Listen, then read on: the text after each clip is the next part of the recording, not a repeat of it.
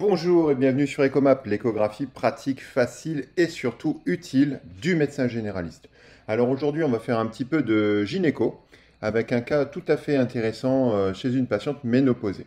Alors comme d'habitude, si vous aimez cette chaîne, mettez-moi un like, abonnez-vous à la chaîne, comme ça vous serez tenu au courant de la sortie des nouvelles vidéos, hein. Régulièrement, je poste après ma journée de consultation les cas cliniques qui m'ont paru intéressants et que j'ai envie de vous partager afin qu'on puisse progresser tout le monde ensemble.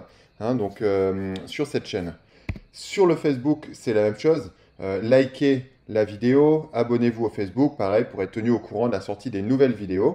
Et puis, en ce moment, votre formation à l'échographie est offerte, une formation d'initiation à l'échographie, pour débuter avec de bonnes bases, pour apprendre à analyser son image échographie, à savoir un petit peu ce qu'on peut faire et ne pas faire avec l'échographie, qui peut pratiquer, etc., etc. Voilà, comment régler son image, comment utiliser un Doppler. Enfin, il y a plein de choses à l'intérieur. Donc, il suffit de cliquer sur le lien qui est dans la description. Vous pouvez le faire dès maintenant. Et puis, pour me rejoindre, dans cette formation qui vous est offerte. Alors, le cas clinique, je vous disais, il s'agit d'une une patiente de 76 ans, ménopausée, qui va nous amener à un cas clinique intéressant, puisqu'en fait, vous allez voir que la trouvaille se trouve au niveau de l'utérus de cette patiente ménopausée, mais ce n'est pas du tout ce que je cherchais au départ. Donc c'est un petit peu une découverte fortuite, non sans intérêt pour la patiente. Donc en fait, cette patiente, elle s'est présentée et elle commence à m'expliquer qu'elle est quand même souvent constipée, que la selle est un peu difficile, mais que surtout, depuis un certain temps, elle se sent moins bien, elle se sent un peu sur la descente, sur le déclin. Et au moment de faire pipi, c'est difficile. C'est long pour faire pipi, c'est long à venir, hein. Ces mictions sont difficiles. Elle a une dysurie, elle a une douleur au niveau du bas-ventre, hein, au niveau de l'hypogastre lorsqu'elle urine.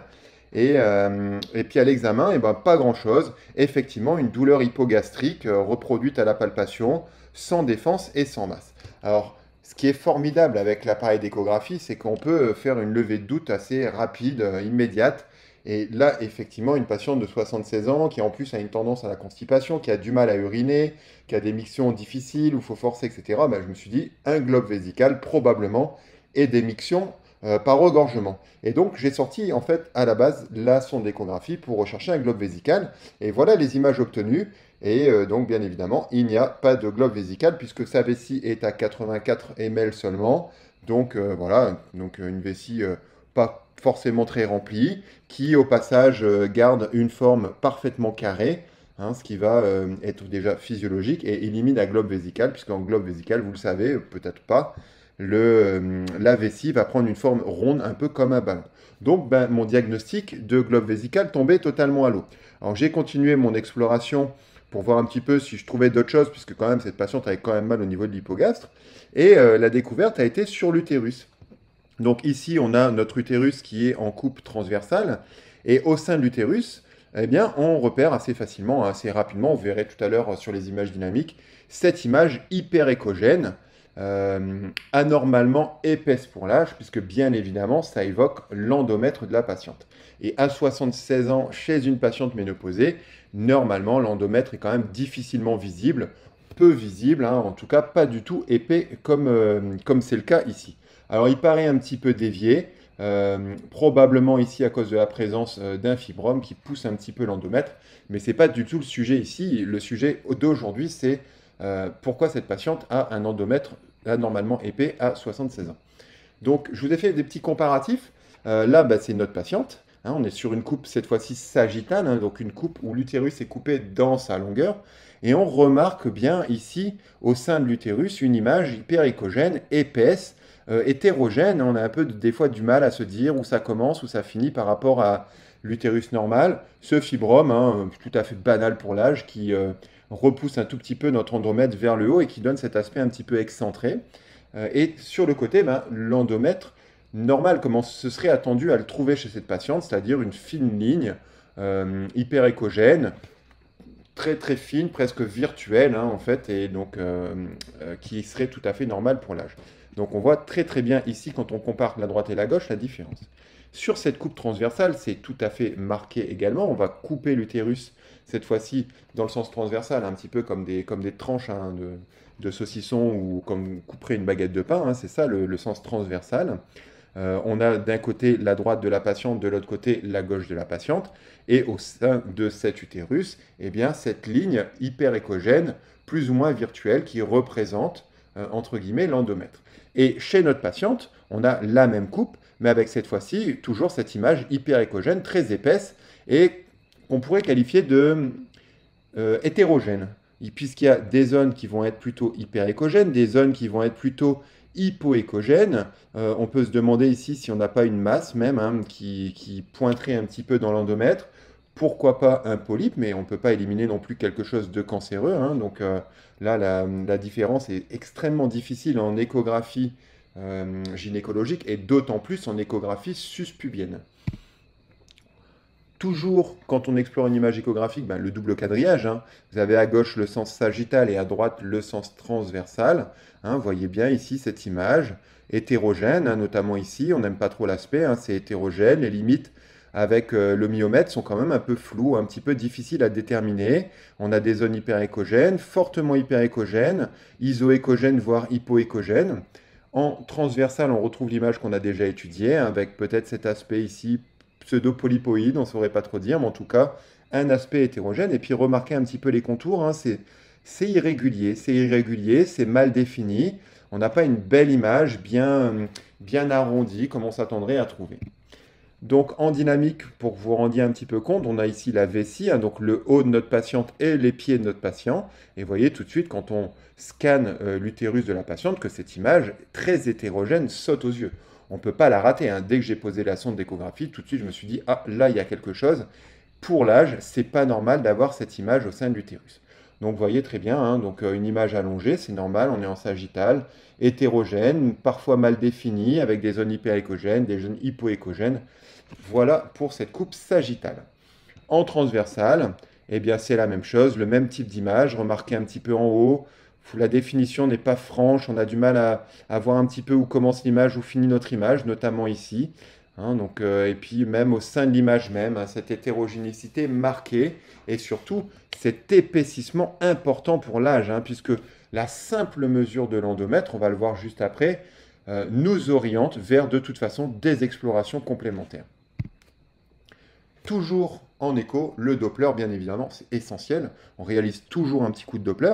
Donc on remarque que cette masse semble tout de même vascularisée, puisqu'on a ici vraisemblablement l'entrée, en tout cas, d'une artère ou de quelque chose de vasculaire qui va rentrer directement dans la masse. Donc on pourrait se dire l'arrivée d'un vaisseau nourricier. Pareil en périphérie, et en particulier au niveau de la zone qui n'est pas très bien définie, on remarque que cette zone prend le Doppler. En Doppler énergie, cette fois-ci, eh bien, c'est la même chose. On a une zone de l'utérus qui prend assez facilement le Doppler et notre masse a également la présence, en tout cas au sein de la masse, d'un vaisseau nourricier. Ce qui n'est pas le cas pour le reste de l'utérus. Donc, méfiance, méfiance. Une zone de Doppler qui se rehausse, une image hétérogène, on le verra. Il a fallu être méfiant pour cette patiente. Donc, au niveau des données un petit peu plus théoriques, toujours pour la progression, sachez qu'une épaisseur de l'endomètre de moins de 4 mm, donc jusqu'à 4 mm inclus, 4,0 mm, c'est important, la valeur prédictive négative est de plus de 99%. C'est-à-dire que si vous mesurez pour une patiente un endomètre à 3 mm, vous avez 99% de certitude que cette patiente n'a aucune lésion de type cancer de l'endomètre, polype au niveau de l'endomètre, etc., que donc son endomètre est normal. Malheureusement, à ce jour, le diagnostic systématique du cancer de l'endomètre par l'échographie n'a pas fait la preuve de son efficacité.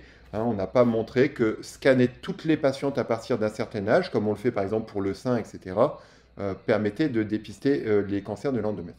Donc, il est très important de rester sous les 4 mm. Donc, cette patiente qui avait 10 mm d'épaisseur de l'endomètre, on ne peut pas conclure, on ne va pas pouvoir lui dire c'est un cancer de l'endomètre, madame, ou c'est un polype de l'endomètre. Par contre, là, ça nous amène à la prudence, puisque justement, on dépasse ce seuil de 4 mm et il va falloir être très prudent avec cette patiente. En cas d'hyperplasie de l'endomètre, chez une femme en particulier ici ménopausée, l'hystéroscopie avec biopsie endométriale doit être systématique pour réalisation d'un examen anatomopathologique. Il ne faut pas passer à côté. Sachez donc que si vous scannez des femmes ménopausées qui sont symptomatiques ou pas et que vous trouvez un endomètre épais, vous devez les amener en second recours à une exploration complémentaire, idéalement hystéroscopie si le plateau technique est disponible chez vous. Donc l'échographie pelvienne, une excellente sensibilité et spécificité pour détecter une atrophie ou au contraire une hypertrophie de l'endomètre. On l'a vu, l'endomètre ça se voit bien, c'est hyper échogène, donc c'est facile à détecter quand c'est épais et c'est facile également de dire qu'il est fin et virtuel chez la femme ménopausée. Cependant, on ne peut pas affirmer avec certitude l'étiologie de l'épaississement de l'endomètre, comme on l'a dit. Il y a plein d'origines des pathologies qui vont être malignes et des pathologies qui vont être bénignes à l'épaississement de l'endomètre. Et seule l'hystéroscopie ou éventuellement l'IRM pelvien permettra d'avancer sur le diagnostic de façon plus certaine. Les critères de vigilance, quels sont-ils? L'épaississement supérieur à 4 mm, présent chez cette patiente, 10 mm d'endomètre. L'endomètre hétérogène et irrégulier, on en a déjà parlé en long, en large et en travers. Ici, chez cette patiente, l'image est tout à fait irrégulière et hétérogène.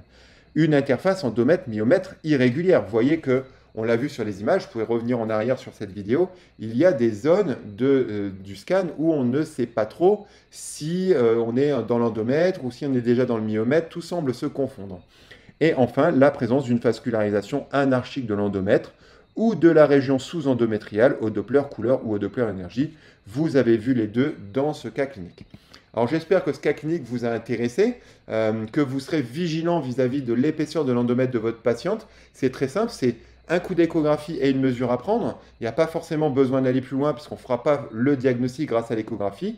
Par contre, si derrière, ça permettait de dépister un petit peu précocement chez une patiente le développement d'un cancer de l'endomètre, ce serait quand même une énorme plus-value pour nos patientes. Donc si cette vidéo vous a plu et que vous avez appris des choses, mettez-moi un like, abonnez-vous à la chaîne. Pareil sur le Facebook. Et puis votre formation à l'échographie est offerte. Le lien est dans la description. Je vous invite à cliquer dès maintenant pour me rejoindre. Allez, à bientôt sur Echomap. Bye bye.